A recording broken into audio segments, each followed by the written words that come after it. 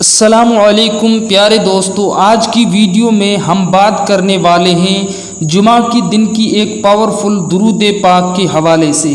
اس درود پاک کی بہت زیادہ فضیلتیں ہیں، اس لیے آپ لوگوں سے گزارش ہے کہ آپ لوگ ویڈیو کو پورا ضرور دیکھنا۔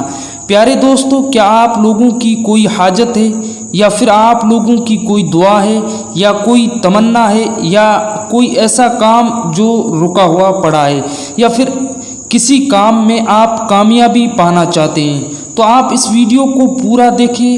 انشاءاللہ آج یہ ویڈیو آپ کی زندگی بدل دے گا۔ سب سے پہلے آپ لوگوں کو جمعہ کی بہت بہت مبارکباد۔ آئیے ناظرین شروع کرتے ہیں آج کی ویڈیو۔ سب سے پہلے بات کرتے ہیں اس وظیفے کے طریقے کے بارے میں۔ ناظرین، اس وظیفے کے کرنے کا طریقہ یہ ہے کہ آپ کو جمعہ کے دن یہ وظیفہ کسی بھی ٹائم کرنا ہے، یعنی فجر کی نماز سے لے کر عشاء کی نماز سے پہلے اس وظیفے کو کر سکتے ہیں۔ جس وقت وظیفہ کریں اس وقت آپ کا پاک اور صاف ہونا ضروری ہے۔ پہلے آپ وضو کریں، پھر اس کے بعد وظیفہ شروع کریں۔ وظیفہ کرتے وقت آپ کو کسی سے بات نہیں کرنی ہے، خاموشی کے ساتھ وظیفہ کرنا ہے۔ وظیفہ شروع کرنے سے پہلے آپ کو 3 مرتبہ درود پاک پڑھنا ہے۔ جو بھی آپ کو درود یاد ہے وہ پڑھ سکتے ہیں۔ اس کے بعد جو آپ اسکرین پہ یہ درود پاک دیکھ رہے ہیں، اللہم صلی وسلم علی سیدنا محمد وعلی آل سیدنا محمد فی کل لمحات ونفس بعدد کل معلوم لک۔ ناظرین، اس درود پاک کو آپ کو صرف 11 مرتبہ پڑھنا ہے۔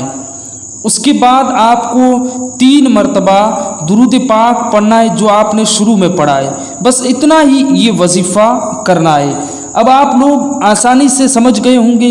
یہ درود پاک پڑھنے کے بعد آپ کو اللہ تعالیٰ سے اپنے نیک اور جائز مقصد کے لیے دعا کریں۔ انشاءاللہ اس دن کی برکت سے اور اس درود پاک کی فضیلتوں سے جو بھی دعا مانگو گے وہ ضرور اللہ کی بارگاہ میں قبول ہوگی۔ اس وظیفے کو صرف جمعہ کے دن کرنا ہے۔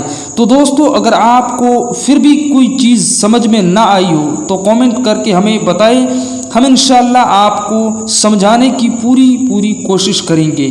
اگر ویڈیو پسند آئی ہے تو ویڈیو کو لائک کریں اور چینل کو سبسکرائب ضرور کریں۔